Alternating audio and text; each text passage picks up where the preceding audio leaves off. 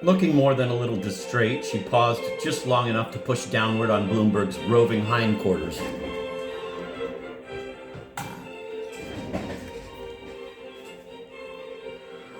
It was the worst of all in class, though, she said with decision. That was the worst. What happened was I got the idea in my head and I could not get it out. That college was just one more dopey, inane place in the world dedicated to piling up treasure on earth and everything. I mean, treasure is treasure, for heaven's sake. What's the difference whether the treasure is money or property or even culture or even just plain knowledge?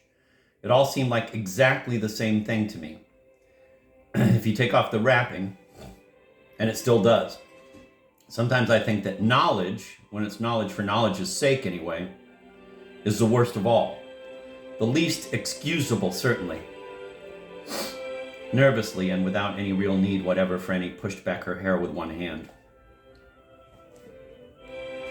I don't think it would have all got me quite so down if just once in a while, there was at least some polite little perfunctory implication that knowledge should lead to wisdom. And that if it doesn't, it's just a disgusting waste of time. But there never is. You never even hear any hints dropped on a campus that wisdom is supposed to be the goal of knowledge.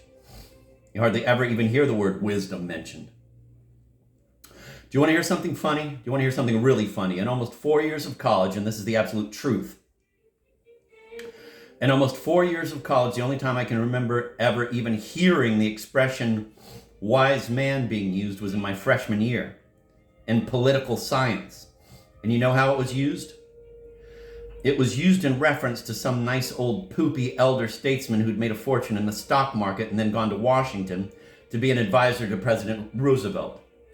Honestly now, 4 years of college almost. I'm not saying that happens to everybody, but I just get so upset when I think about it, I could die. She broke off and apparently became rededicated to serving Bloomberg's interests. Her lips now had very little more color in them than her face. They were also very faintly chapped.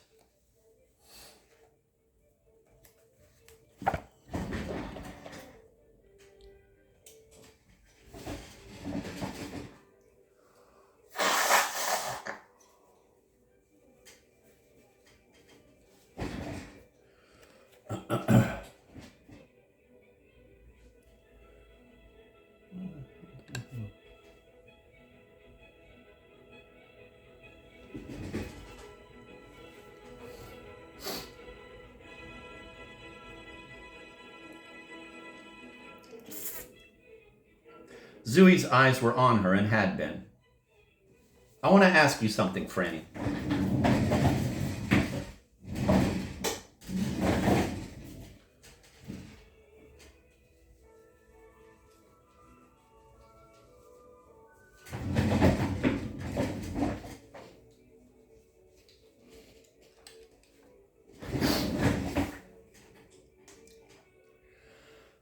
I want to ask you something, Franny, he said abruptly. He turned back to the writing table surface again, frowned, and gave the snowman a shake.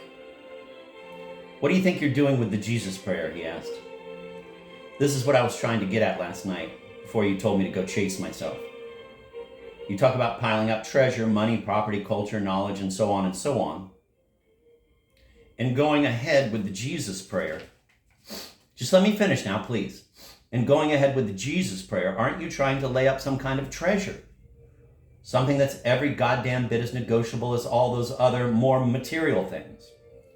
Or does the fact that it's a prayer make all the difference? I mean by that, is there all the difference in the world for you in which side somebody lays up his treasure, this side or the other? The one where thieves can't break in, etc. Is that what makes the difference? Wait a second now, just wait. Wait till I'm finished, please. He sat for a few seconds watching the little blizzard in the glass sphere. Then, there's something about the way you're going at this prayer that gives me the willies, if you want to know the truth. You think I'm out to stop you from saying it. I don't know whether I am or not. That's a goddamn debatable point.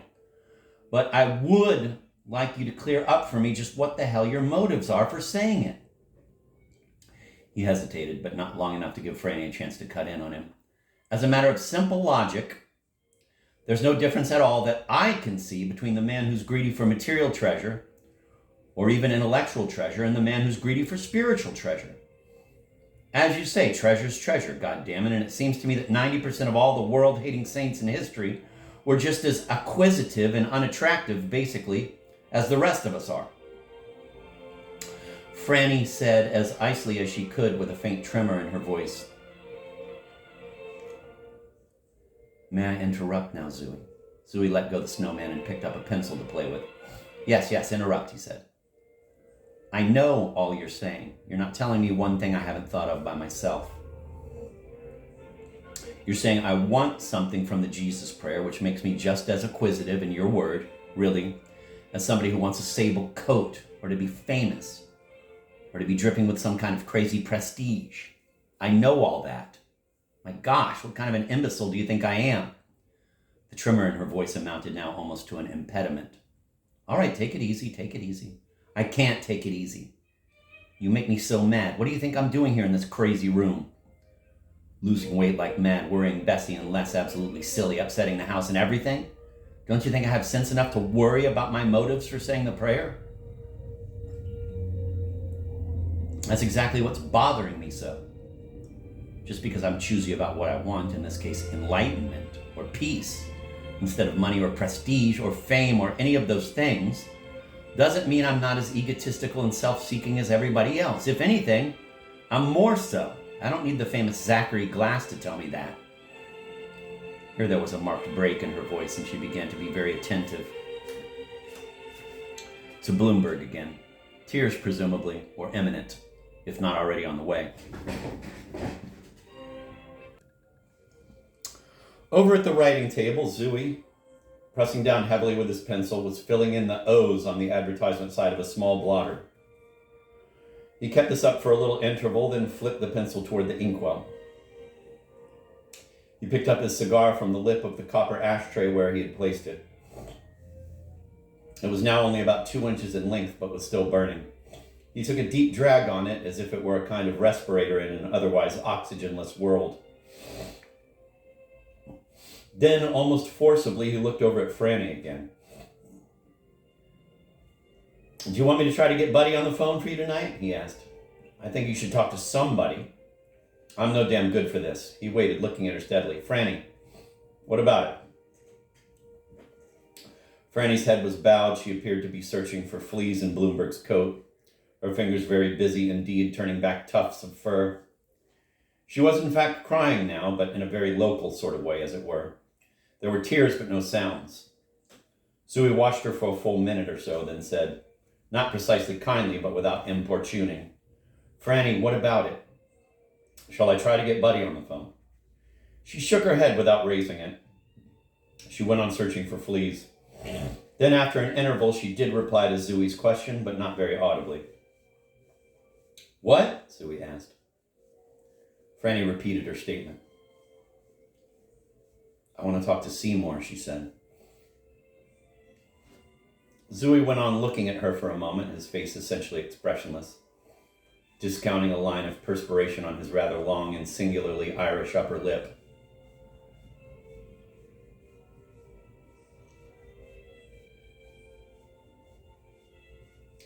Then, with characteristic abruptness, he turned back and resumed filling in the O's.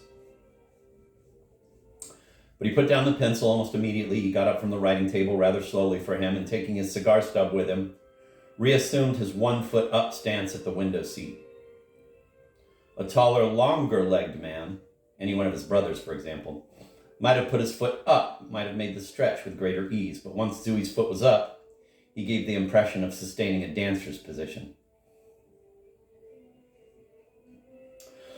At first piecemeal, then point blank, he let his attention be drawn to a little scene that was being acted out sublimely, unhampered by writers and directors and producers 5 stories below the window and across the street. A fair-sized maple tree stood in front of the girls' private school, one of 4 or 5 trees on that fortunate side of the street. And at the moment, a child of 7 or 8, female, was hiding behind it. She was wearing a navy blue reefer and a tam that was very nearly the same shade of red as the blanket on the bed in Van Gogh's room at Arles. Her tam did, in fact, from Zooey's vantage point, appear not unlike a dab of paint. Some 15 feet away from the child, her dog, a young dachshund, wearing a green leather collar and leash,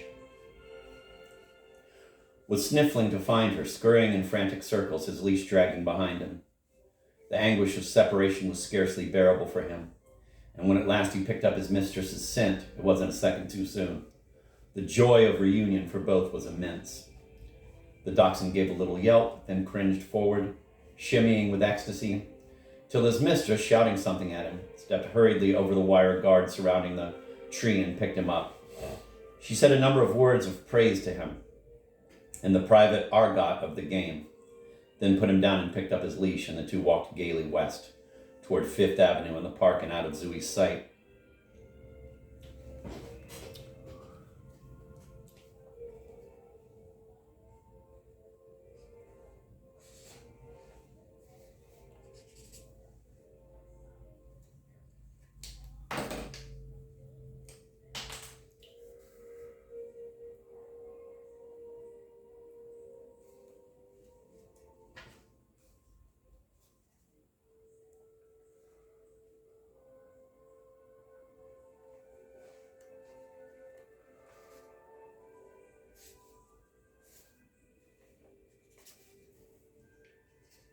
No, it's not 8. Jesus Christ.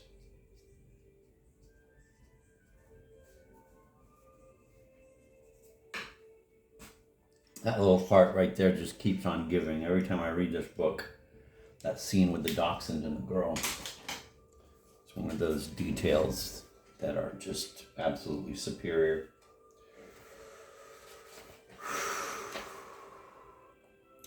Zooey reflexively put his hand on a crosspiece between panes of glass, as if he had a mind to raise the window and lean out of it to watch the two disappear.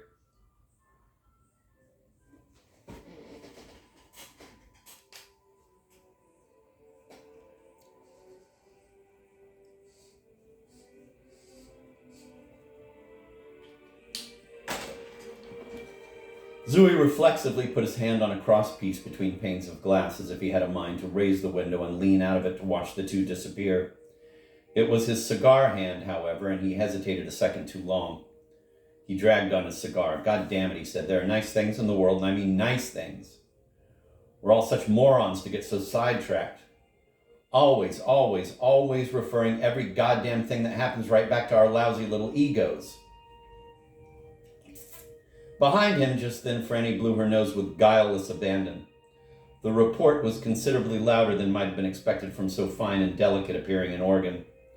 Zooey turned around to look at her somewhat censoriously.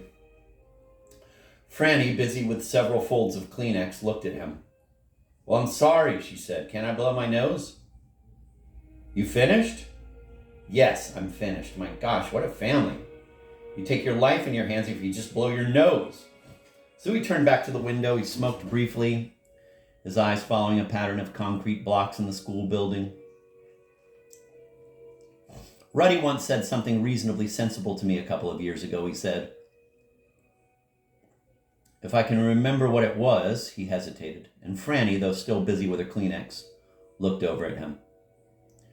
When Zooey appeared to have difficulty in remembering something, his hesitation invariably interested all his brothers and sisters, and even held some entertainment value for them. His hesitations were almost always specious.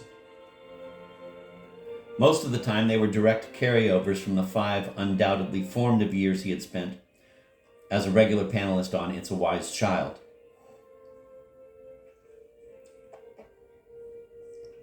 When, rather than seem to flaunt his somewhat preposterous ability to quote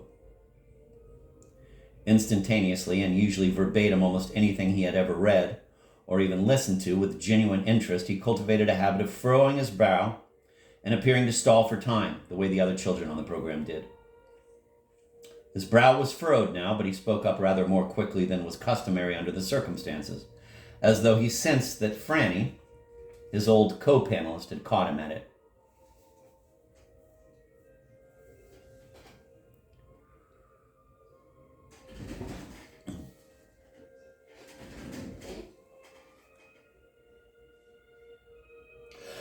He said that a man should be able to lie at the bottom of a hill with his throat cut, slowly bleeding to death, and if a pretty girl or an old woman should pass by with a beautiful jug balanced perfectly on the top of her head, he should be able to raise himself up on one arm and see the jug safely over the top of the hill.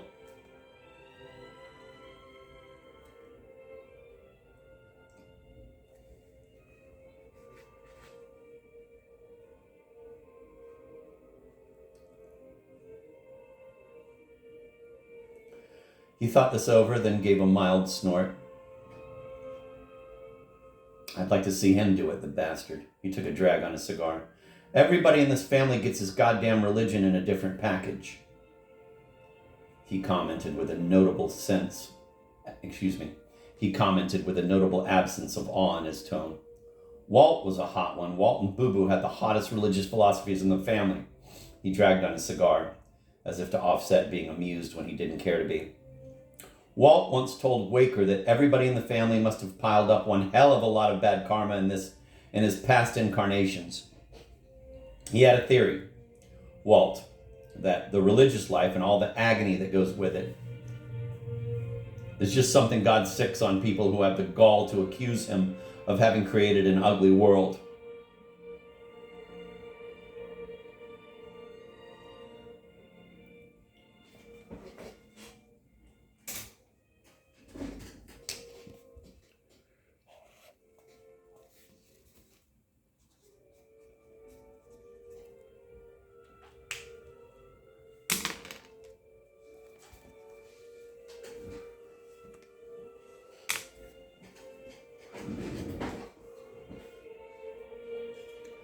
A titter of audience appreciation came from the couch.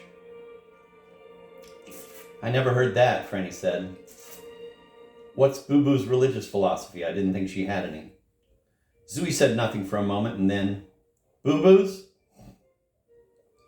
Boo Boo's convinced Mr. Ash made the world. She got it from Kilvert's diary. The school children in Kilvert's parish were asked who made the world, and one of the kids answered, Mr. Ash.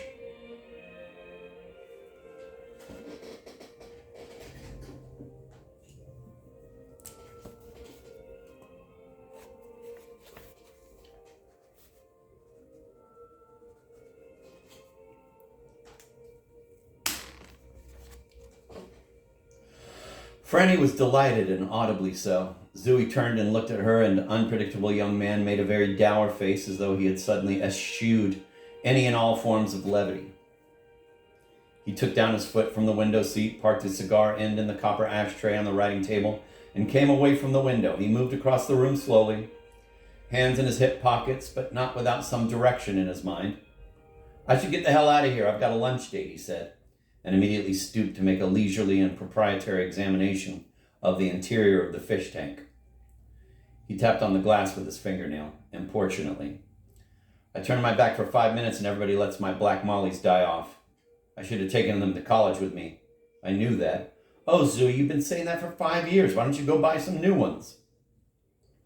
He went on tapping on the glass. All you college snips are the same. Hard as nails. These weren't just any black mollies, buddy. We were very close.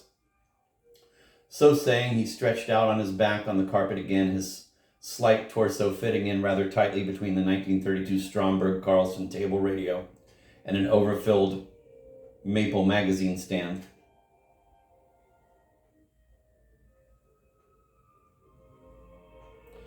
Again, only the soles and heels of his brogues were visible to Franny. However, no sooner was he stretched out than he sat bolt upright, his head and shoulders suddenly propelled into view, with somewhat the macabre comic effect of a corpse falling out of a closet. Prayer's still going, eh? He said. Then he dropped back out of sight again. He was still for a moment. Then, in an almost unintelligibly thick Mayfair accent, I'd rather like a word with you, Miss Glass, if you've a moment. The response to this, over at the couch, was a distinctly ominous silence. Say your prayer if you want to, or play with Bloomberg, or feel free to smoke, but give me 5 minutes of uninterrupted silence, buddy. And if possible, no tears at all, okay? You hear me? Franny didn't answer straight away. She brought her legs in closer to her, under the Afghan, and gathered in the sleeping Bloomberg somewhat closer to her too. I hear you, she said, and drew her legs in still closer to her, as a fortress draws up its bridge before the siege. She hesitated, then spoke up again. You can say anything you want if you don't get abusive about it. I just don't feel like a workout this morning. I mean it. No workouts, buddy. And if there's one thing I never am, it's abusive. The speaker's hands were folded benignly on his chest. Oh, a little brisk sometimes, yes. When the situation warrants. Abusive, never. Personally, I've always found that you can catch more flies with, I mean it now, Zooey, Franny said, more or less addressing his brogues. And I wish you'd sit up, incidentally. Every time all hell breaks loose around here, it seems very funny to me that it always comes from that spot right where you're lying. And you're always the one that's there. Come on now. Just please sit up. Zooey closed his eyes.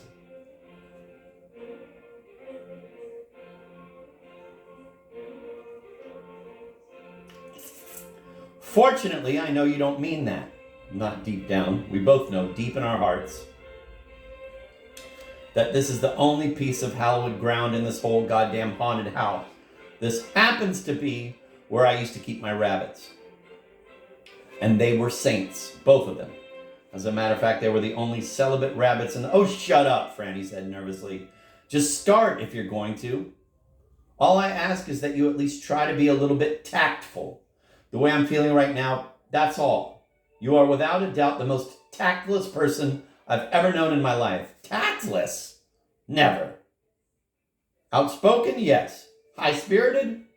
Yes. Meddlesome? Sanguine? Perhaps. To a fault. But no one has ever... I said tactless. Franny overrode him with considerable heat, yet trying not to be amused. Just get sick sometime and go visit yourself and you'll find out how tactless you are. You're the most impossible person to have around when somebody's not feeling up to the par. When somebody's not feeling up to par that I've ever known in my life. If somebody just has a cold even. You know what you do? You give them a dirty look every time you see them. You're absolutely the most unsympathetic person I've ever known. You are. All right, Zooey said, with his eyes still closed.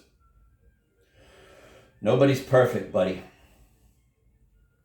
Effortlessly, by softening and thinning his voice, rather than by raising it to a falsetto, he gave what was to Franny a familiar and always realistic imitation of their mother, passing along a few cautionary words.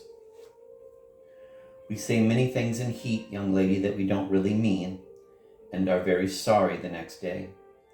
Then, instantly, he frowned, opened his eyes, and stared for several seconds at the ceiling. Firstly, he said, you think, I have intentions of trying to take your prayer away from you or something. I don't. I do not. You can lie on that couch, reciting the preamble to the Constitution for the rest of your life, as far as I'm concerned, but what I am trying, that's a beautiful start, just beautiful. Beg pardon? Oh, shut up. Just go on. What I started to say, I have nothing against the prayer at all, no matter what you think. You're not the first one who ever thought of saying it, you know. I once went to every Army and Navy store in New York looking for a nice pilgrim-type rucksack. I was going to fill it with breadcrumbs and start walking all over the goddamn country, saying the prayer, spreading the word, the whole business. Zooey hesitated. And I don't just mention it for God's sake, to show you I was once an emotional young person just like yourself. Why do you mention it then? Why do I mention it? I mention it because I have a couple of things I want to say to you, and it's just possible I'm not qualified to say them, on the ground that I once had a strong desire to say the prayer myself, but didn't. For all I know, I may be a little jealous of your having a go at it. It's very possible, in fact. In the first place, I'm a ham. It may very well be that I hate like hell to play Martha to somebody else's Mary. Who the hell knows?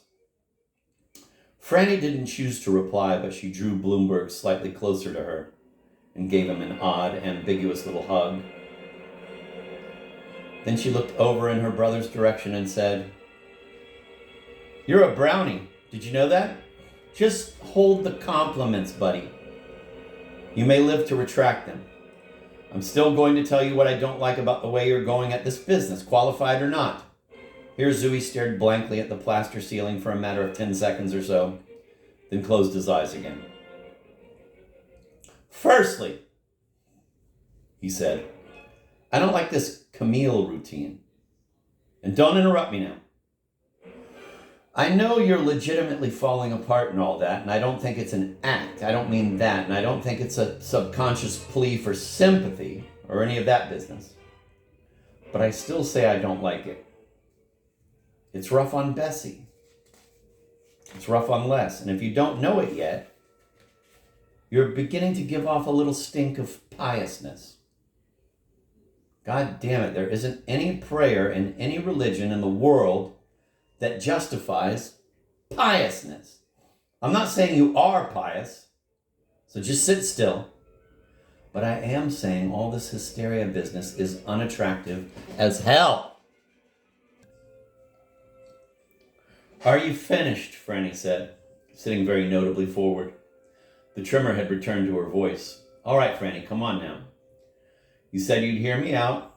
I've said the worst, I think. I'm just trying to tell you. I'm not trying. I'm telling you that this just is not fair to Bessie and Les. It's terrible for them, and you know it. Did you know, goddammit, that Les was all for bringing a tangerine into you last night before he went to bed? My God, even Bessie can't stand stories with tangerines in them. And God knows I can't. If you're going to go on with this breakdown business, I wish to hell you'd go back to college to have it. Where you're not the baby of the family. And where God knows nobody will have any urges to bring you any tangerines. And where you don't keep your goddamn tap shoes in the closet." Franny at this point reached rather blindly but soundlessly for the box of Kleenex on the marble coffee table. Zooey was now gazing abstractedly at an old root beer stain on the ceiling plaster, which he himself had made 19 or 20 years earlier with a water pistol. God damn.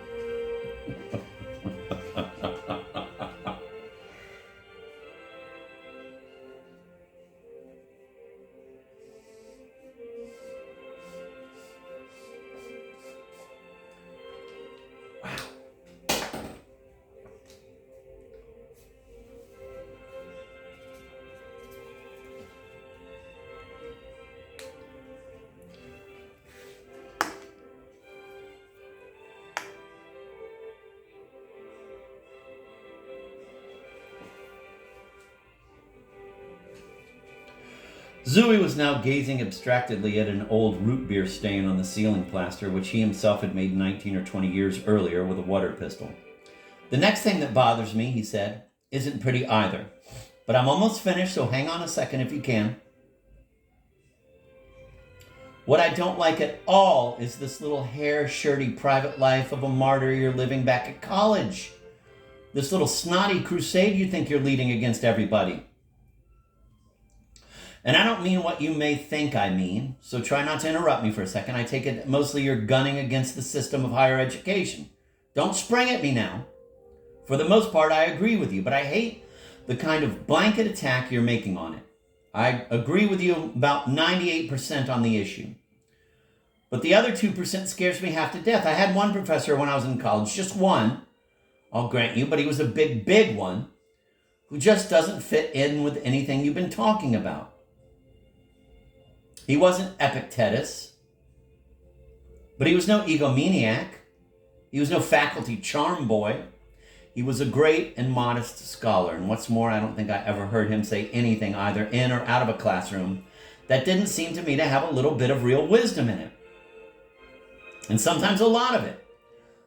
What will happen to him when you start your revolution? I can't bear to think about it. Let's change the goddamn subject. These other people you've been ranting about are something else again. This Professor Tupper and those other two goons you were telling me about last night. Manlius and the other one. I've had them by the dozens, and so has everybody else. And I agree. They're not harmless. They're lethal as hell, as a matter of fact. God almighty. They make everything they touch turn absolutely academic and useless, or worse, cultish.